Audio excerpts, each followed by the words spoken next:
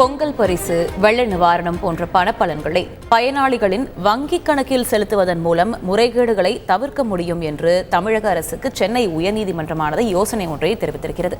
இதுகுறித்த கூடுதல் தகவலை எமது செய்தியாளர் சுரேஷ் வழங்கிட்டு கேட்கலாம். வணக்கம் சுரேஷ், இந்த அண்மை செய்தி குறித்த முழு விவரம் என்ன சுரேஷ்? வணக்கம். அதாவது கூட்டுறவு சங்கங்களில் மேற்கொள்ளக்கூடிய சில பண பரிவர்த்தனைகளுக்கு வருமான வரி சட்டம் 194A மற்றும் 194N ஆகிய பிரிவுகளின் கீழ் வருமான வரி பிடித்தம் செய்ய வேண்டும் என்று மாநில தலைமை கூட்டுறவு வங்கி பல்வேறு அந்த மாவட்ட கூட்டுறவு சங்கங்களுக்கும் பல்வேறு கூட்டுறவு சங்கங்களுக்கும் சுற்றறிக்கையை பிறப்பித்தது. இந்த சுற்றறிக்கையை ரத்து செய்ய வேண்டும் என்ற கோரிக்கையுடன் ஈரோடு மாவட்டம் சென்னிமலை சிறிகிரி முருகன் தொடக்க நெசவாளர் கூட்டுறவு சங்கம் உள்ளிட்ட 5 கூட்டுறவு சங்கங்கள் சார்பில் உயர்நீதிமன்றத்தில் வழக்கு தொடரப்பட்டது.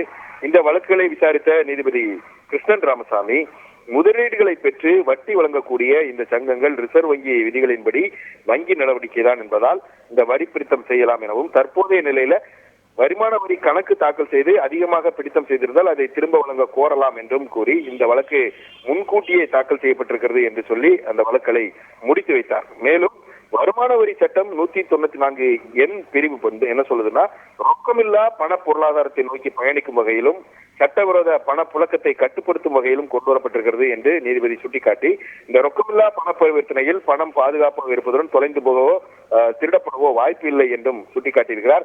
ரொக்கமாக கையாண்ட பல பணத்தை கையாண்ட பல சங்கங்கள் அரசு அதிகாரிகளிடம் கூட்டு சேர்ந்து போலி கணக்குகளை உருவாக்கி பணம் வழங்கி மோசடியில் ஈடுபட்டுள்ள வழக்குகளையும் நீதிமன்றம் சந்தித்துள்ளது என்று தெரிவித்து, அரசினுடைய கடன் தள்ளுபடி, வட்டி தள்ளுபடி போன்ற சலுகைகள் இந்த போலி நபர்களுக்கும் சென்றடைகின்றன என்றும், இதை தடுக்கிற நோக்கில் தான் இந்த சட்டப்பிரிவானது கொண்டு வரப்பட்டிருக்கிறது என்றும் நீதிபதி சுட்டிக்காட்டியிருக்கிறார்.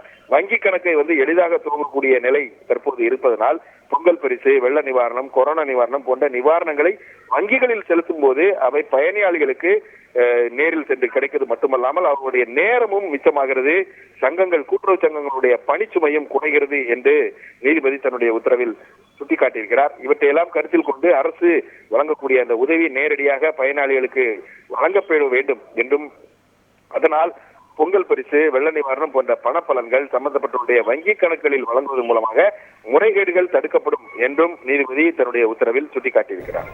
கூடுதல் தகவலுக்கு நன்றி சுரேஷ்.